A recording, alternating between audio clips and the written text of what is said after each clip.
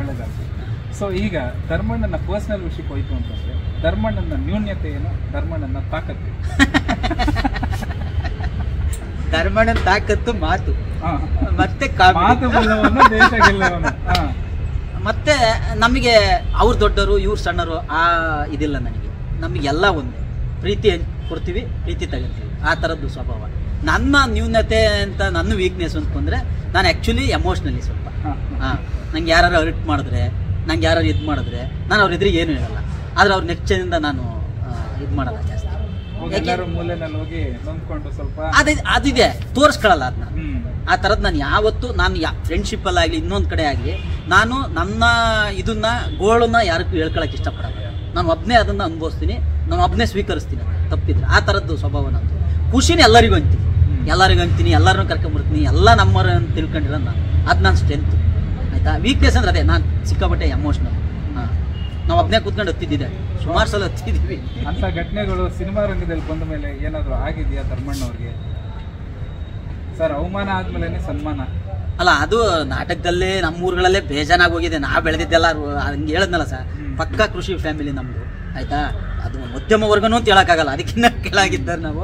ಅಲ್ಲಿ ಸಿಕ್ಕಾಬಟ್ಟೆ ಅನುಭವಿಸಿದ್ದೀವಿ, ಫ್ಯಾಮಿಲಿ ಆಗಲಿ ಬೇರೆ ಬೇರೆ ಫ್ರೆಂಡ್ಸ್ಗಳಾಗಲಿ. ಅವಾಗಲೇ ಡಿಗ್ರಿ ಮಾಡ್ಬೇಕಾದ್ರೆ ತುಂಬ ಅನುಭವಿಸಿದ್ದೀವಿ.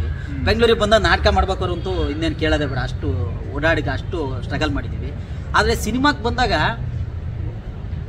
ಒಂದು ಸತಿ ಆ ಥರದ್ದಾಗಿದೆ. ಯಾವಾಗ ಅಂತಂದರೆ ಡೇಟ್ ವಿಚಾರಕ್ಕಾಗಿದೆ. ಫುಲ್ ಟೆನ್ಷನ್ ಆಗ್ಬಿಟ್ಟಿದೆ, ಫುಲ್ ಟೆನ್ಷನ್ ಆಗಿ ಅಳೋ ಥರ. ಸರ್ ಯಾಕೆ ಹಿಂಗೆ ಇದು ಮಾಡ್ತೀರಾ ಸರ್, ನನ್ನ ಅರ್ಥ ಮಾಡ್ಕೊಳ್ಳಿ. ಇದೇನಾಗಿ ಹೋಗಿತ್ತು ಅಂದರೆ, ನಾನು ಏನು ಡೇಟ್ ಕೊಟ್ಟಿದ್ದೀನಲ್ಲ ಅದೇ ಡೇಟ್ ಇನ್ನೊಂದು ಸಿನಿಮಾದವ್ರು ಕೇಳ್ತಾರೆ ಆಯಿತಾ. ಅಲ್ಲಿ ನಾನು ಹೇಳ್ತಿದ್ದೀನಿ ಸರ್, ನಾನು ಅವ್ರಿಗೆ ಕೊಟ್ಟ ಮೇಲೆ ನಿಮಗೆ ಹೆಂಗೆ ಕೊಡೋಕ್ಕೆ ಬರುತ್ತೆ ಸರ್, ಅವ್ರಿಗೆ ಕೊಟ್ಟಿದ್ದೀನಿ. ಈಗ ನೆಕ್ಸ್ಟ್ ಇಲ್ಲಾಂದ್ರೆ ನೀವೇ ಅವ್ರನ್ನ ಕೇಳಿ ಅಂತಿದ್ದೀನಿ. ಅವೆಲ್ಲ ಗೊತ್ತಿಲ್ಲ, ನೀನು ಬರಲೇಬೇಕು ಅಂತ. ನಾನು ಅವಾಗ ಅಯ್ಯೋ ಸುಮ್ಮನೆ ನನ್ನ ತಪ್ಪಲ್ಲ, ಇವ್ರಿಗೆ ಡೇಟ್ ಕೊಟ್ಟಿಲ್ಲ, ಇವ್ರಿಗೆ ಕೊಟ್ಟಿರೋ ಡೇಟು ಇವ್ರು ಕರೀತವ್ರೆ ಸರ್. ಹಂಗಲ್ಲ ಸರ್, ಹೆಂಗೆ ಬರಲಿ ನಾನು ಹೇಳಿ ಸರ್ ಅಂತ. ನಾವೆಲ್ಲ ಮಾತಾಡಲ್ಲ, ನೀವು ಬರಬೇಕು ಅಂತವ್ರೆ. ನಾನು ಬೇರೆ ಹೊಸಬ, ನನಗೆ ಹೆಂಗೆ ಮಾತಾಡಬೇಕು ಗೊತ್ತಿಲ್ಲ ಆಯಿತಾ. ಆಮೇಲೆ ನಮ್ಗೆ ಯಾರೋ ಗೊತ್ತಿರಲ್ಲ ಒಬ್ಬರ ಹತ್ರ ಹೋಗಿ ಸಾರ್ ಹಿಂಗೆ ಅಂತೀರಂತ. ಯಾರು ಅವನು ಕೊಡಿಲಿ ಫೋನ್ ನಂಬರ್ ಅಂತಂದ್ಬಿಟ್ಟು ಇಸ್ಕೊಂಡು ಏನಪ್ಪ ಯಾರಪ್ಪ ನೀವು ಒಂದು ಮ್ಯಾನೇಜರ್ ಅಂತ. ಯಾವ ಮ್ಯಾನೇಜರು? ಹಿಂಗೆ ಮ್ಯಾನೇಜರ್ ಗಿರಿ ಮಾಡೋದು ನೀವು. ಅವನ ಡೇಟ್ ಕೊಟ್ಟಿನ ಹೇಳ್ತೀನಿ ಅಂತೇನೆ, ನಿಮಗೇನು ಕೊಟ್ಟಿಯಾನ ಡೇಟಾ? ಹಂಗೆ ಅಂತ ಅವ್ರು ಹೇಳಿದ್ಮೇಲೆ ಗೊತ್ತಾಯ್ತು, ಓ ಇದು ಹಿಂಗಿರೋದು ಗುರು, ನಮಗೆ ಗೊತ್ತಿಲ್ಲ. ಆಮೇಲೆ ಫೋನ್ ಮಾಡಿ, ಅಲ್ಲ ಸರ್ ಸುಮ್ಮನೆ ನನಗೆ ಟೆನ್ಷನ್ ಕೊಟ್ಟಿಲ್ಲ ಸರ್, ಹೊತ್ಬಿಟ್ಟೆ ಸರ್ ನಾನು, ನನ್ನ ತಪ್ಪಲ್ಲ. ನೀವು ನೋಡ್ರಿ ಬರಲೇಬೇಕು ಅಂತೀರಾ, ಅವ್ರಿಗೆ ಡೇಟ್ ಕೊಟ್ಟಿದ್ದೀನಿ, ಇದು ಯಾರು ತಪ್ಪು ಅಂತ ನನ್ಗೆ ಫಸ್ಟ್ ಗೊತ್ತಿಲ್ಲಲ್ಲ. ಫುಲ್ ಟೆನ್ಷನ್ ಆಗ್ಬಿಟ್ಟಿತ್ತು ಸರ್. ಇವನು ಈಗ ಒಳ್ಳೆ ಕಥೆ ಆದಲ್ಲ, ಯಾರಿಗೆ ಬೇಕಿದ್ದು ಗುರು, ಇದು ಯಾರು ಒಳ್ಳೆ ಇದಾಗ ಇದಕ್ಕೆ ಮುಂಚೆ ಸಿಗಾಕೊಂಬಿಟ್ಟಲ್ಲ ಅಂತ ಒಂದು 2 ಸತಿ ಹಂಗಾಗಿ.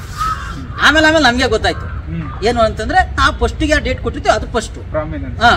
ಯಾಕೆಂದ್ರೆ ಅವ್ರಿಗೆ ಓಕೆ ಮಾಡಿದ್ಮೇಲೆ ಅದು ಮುಗೀತದು. ಅವ್ರು ಮಾಡಲ್ಲ ಗಿಡಲ್ಲ ಅಂದ್ರೆ ಬೇಕಾದ್ರೆ ಅವ್ರು ಇಸ್ಕೊಳ್ಳಿ, ಇಲ್ವಾ ಇವ್ರಿಗೆ ಕೊಟ್ಬಿಟ್ಟು ನಂಬರ್ ಸರ್ ಅವ್ರಿಗೆ ಮಾತಾಡ್ಕೊಳ್ಳಿ, ಅವ್ರು ಹ್ಞೂ ಅಂದ್ರೆ ಬರ್ತೀನಿ ಸರ್. ಆಮೇಲೆ ಕ್ಲಾರಿಟಿ ಬಂತು ಒಂದಿಷ್ಟು ಹತ್ರ. ಆಮೇಲೆ ದೊಡ್ಡ ಜೊತೆ ಕೆಲಸ ಮಾಡಿದಾಗ ಫಸ್ಟೇ ಸತಿ ಟೆನ್ಷನ್ ಆಗ್ಬಿಟ್ಟಿತ್ತು, ಹತ್ಬಿಟ್ಟಿದ್ದೆ. ನಮ್ದಲ್ಲಿ ಅದು ನೋಡಿ, ನನ್ನ ತಪ್ಪಲ್ಲ ಅದು. ಅದೇ ಪರಿಸ್ಥಿತಿ ನೋಡಿ ಹಂಗಾಗ್ಬಿಟ್ಟಿತ್ತು ಅವತ್ತು. ಹಂಗಾಗ್ಬಿಟ್ಟು ಟೆನ್ಷನ್ ಆಗ್ಬಿಡುತ್ತೆ ನನಗೆ ಅವತ್ತು. ಅಯ್ಯೋ ಇದು ಯಾವ್ದು ಗುರು ಕತೆ ಅಂತ ಯಾರಿಗೆ ಹೇಳಿ ಸಾಲ್ವ್ ಮಾಡೋದು ಗೊತ್ತಾಗ್ತಿಲ್ಲ. ನನಗೆ ಮೇಲೆ ಜಾಸ್ತಿ ಇನ್ನೂ ಅವಾಗ ಇನ್ನೂ ಯಾರಿಗೂ ಗೊತ್ತಿಲ್ಲ ನಾವು